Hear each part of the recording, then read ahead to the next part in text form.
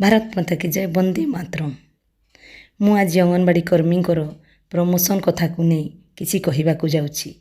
କିଛି ଜଣଙ୍କୁ ତାହା ଠିକ୍ ଲାଗିପାରେ, ଆଉ କିଛି ଜଣଙ୍କୁ ଭୁଲ, କିନ୍ତୁ ମୋତେ ଯାହା ଠିକ୍ ଲାଗିଲା, ଯାହା ମୁଁ ଅନୁଭବ କଲି, ତାକୁ ଏଠାରେ ଏହି ବ୍ଲଗ୍ ମାଧ୍ୟମରେ ପରିପ୍ରକାଶ କରୁଛି। ସରକାରଙ୍କ ଗାଇଡ଼ଲାଇନ୍ରେ ଅଙ୍ଗନବାଡ଼ି କର୍ମୀଙ୍କର ସୁପରଭାଇଜର ପ୍ରମୋସନ୍ ପାଇଁ ମେଟ୍ରିକ୍ ପାସ୍ ଦରକାର। ଆଉ ଆମର କିଛି କର୍ମୀ ଭଉଣୀମାନେ କହୁଛନ୍ତି ଗ୍ରାଜୁଏଟ୍ ଦରକାର। ଏଠି କାହାରି କଥା କାହା ସହ ଖାପ ଖାଉନି। କିଏ ତ ନିଜ ସ୍ୱାର୍ଥ ପାଇଁ ଚିନ୍ତା କରୁଛନ୍ତି, ଆଉ କିଏ ତ ସରକାରଙ୍କର ଗାଇଡ଼ଲାଇନ୍ ଭରସାରେ ରହିଛନ୍ତି। ତେବେ ମୁଁ ଗୋଟିଏ କଥା କହିବି, ଯିଏ ଗ୍ରାଜୁଏଟ୍ ପ୍ରମୋସନ୍କୁ ନେଇ ହଙ୍ଗାମା କରୁଛନ୍ତି, ଗ୍ରାଜୁଏଟ୍ ବାଲା ପ୍ରମୋସନ୍ ହେବା କଥା କହୁଛନ୍ତି, ସେ ଥରେ ବିଚାର କରନ୍ତୁ।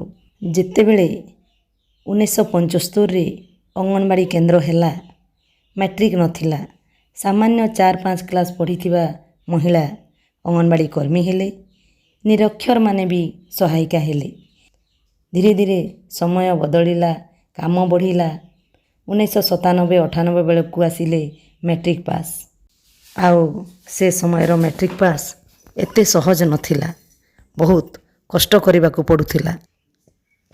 2000 ମସିହା ପର୍ଯ୍ୟନ୍ତ ଯିଏ ବି ମେଟ୍ରିକ୍ ପାସ୍ କରିଛନ୍ତି, ସେମାନେ ନିଶ୍ଚୟ ଜାଣିପାରିବେ ଯେ ସେ ସମୟରେ ପାଠର ଗୁରୁତ୍ୱ, ପାଠପଢ଼ାର ଢାଞ୍ଚା କ'ଣ ଥିଲା। ଆଉ ସେହି ସମୟରେ ଯଦି ଜଣେ ମେଟ୍ରିକ୍ ପାସ୍ କରି ଅଙ୍ଗନବାଡ଼ି କର୍ମୀ ଭାବରେ ଯୋଗଦାନ କରିଛନ୍ତି, ତେବେ କାହିଁକି ସେ ପ୍ରମୋସନ୍ରେ ନ ଯିବେ? 200ରୁ 500, 3000, 7500ରୁ 10000 କେମିତି ହେଲା? ଆଜି ଏ ପ୍ରମୋସନ୍ କୋଟା କେଉଁଠୁ ଆସିଲା? ସେହି ଭଉଣୀମାନେ ଯିଏକି 200 ଟଙ୍କାରୁ ଚାକିରି ଆରମ୍ଭ କରିଥିଲେ, ତାଙ୍କ ଲଢ଼େଇ ଯୋଗୁଁ ହେଲା। ଆଜି ଯେଉଁ ପ୍ରମୋସନ୍ କଥା କୁହାଯାଉଛି, ସେହି ଭଉଣୀମାନେ ଦାବି କରିଥିଲେ, ଯିଏକି ହାଇସ୍କୁଲ ଯାଏ ବି ପାଠ ପଢ଼ିନଥିଲେ। ଅଙ୍ଗନବାଡ଼ି କର୍ମୀ ପଦବୀ ମେଟ୍ରିକ୍ ପାସ୍ ଯୋଗ୍ୟତାରେ ହିଁ ସୀମିତ ଥିଲା ଦୀର୍ଘ 20-22 ବର୍ଷ ଧରି। କିନ୍ତୁ ଗ୍ରାଜୁଏଟ୍, ପୋଷ୍ଟ ଗ୍ରାଜୁଏଟ୍ ବାଲା ଆସିକି ସେହି ମେଟ୍ରିକ୍ ଯୋଗ୍ୟତା ପୋଷ୍ଟରେ ଯୋଗଦାନ କଲେ। ସେତେବେଳେ କ'ଣ ସେମାନେ ଜାଣିନଥିଲେ କି ଏ ପୋଷ୍ଟଟା ମ୍ୟାଟ୍ରିକ୍ର ବୋଲି? ଯଦି ଗ୍ରାଜୁଏଟ୍ ବାଲା ସୁପରଭାଇଜର ହେବାକୁ ଚାହୁଁଛନ୍ତି, ଆପଣମାନେ ଆବେଦନ କରନ୍ତୁ ଫ୍ରେଶ୍ ପ୍ରାର୍ଥୀ ଭାବରେ।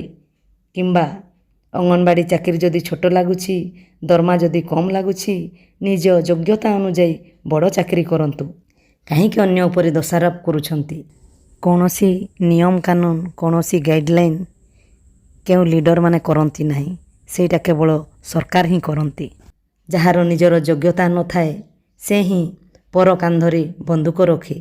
ପର ଭରସାରେ କେମିତି ବୈତରଣୀ ପାରି ହେବ, ତା'ର ବାଟ ଖୋଜିଥାଏ। ସଂଗଠନ କେବେ କହିନି ଯେ ଗ୍ରାଜୁଏଟ୍ ମାନେ ଅଙ୍ଗନବାଡ଼ି ଚାକିରି କର, ତୁମକୁ ସୁପରଭାଇଜର କରାଇଦେବୁ ବୋଲି। ଯଦି ନିଜର ଦମ୍ ଅଛି, ତେବେ ନିଜେ ସୁପରଭାଇଜର ହୁଅନ୍ତୁ। କେହି କାହାକୁ ମନା କରିନାହାନ୍ତି। ପ୍ରମୋସନ୍ ବର୍ଷକୁ ଗୋଟିଏ ଜିଲ୍ଲାରେ ଅତି ବେଶୀ ହେଲେ 30ରୁ 50 ଜଣ ଯିବେ। ରାଜ୍ୟରେ 1000ରୁ 1500 ଯିବେ, ଆଉ ବାକିମାନେ?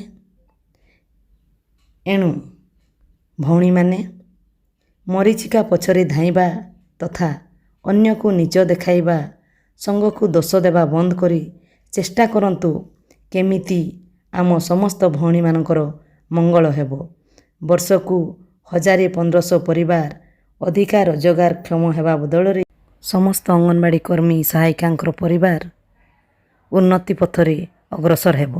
ଯେମିତି ଆମ ସମସ୍ତଙ୍କର ଦାବି ଫଳରେ ଅଣ୍ଡା ଦର ବୃଦ୍ଧି ପାଇଲା, ବୀମା ରାଶି, ଅବସରକାଳୀନ ସହାୟତା ରାଶି ବୃଦ୍ଧି ପାଇଲା, ସେମିତି ଅଙ୍ଗନବାଡ଼ି କର୍ମୀ ସହାୟିକାଙ୍କର ପାରିଶ୍ରମିକ କେମିତି ବୃଦ୍ଧି ହେବ। ଅଙ୍ଗନବାଡ଼ି କର୍ମୀଙ୍କୁ ସମସ୍ତ କ୍ଷେତ୍ରରେ ସରକାର ଯେମିତି ସମସ୍ତ ସୁବିଧା ସୁଯୋଗ ଯୋଗାଇ ଦେବେ, ତାହା ଏକଜୁଟ ହୋଇ ଚିନ୍ତନ କରିବା ଦରକାର, ନା କି ପ୍ରମୋସନ୍କୁ ନେଇ ଟଣା ଅଟରା ହେବା। ଯିଏ ପ୍ରମୋସନ୍ ପାଇଁ ଅନ୍ୟକୁ ଦୋଷ ଦେଉଛନ୍ତି, ସେ ନିଶ୍ଚିତ ରୂପେ ଜଣେ ସ୍ୱାର୍ଥବାଦୀ। ସେ କେବଳ ନିଜ କଥା ଚିନ୍ତା କରୁଛନ୍ତି। ଥରେ ସମସ୍ତଙ୍କ ପାଇଁ ଚିନ୍ତା କରିକି ଦେଖନ୍ତୁ, ଭଗବାନ ନିଶ୍ଚୟ ଆପଣମାନଙ୍କର ଆଶା ପୂର୍ଣ୍ଣ କରିବେ। ଧନ୍ୟବାଦ।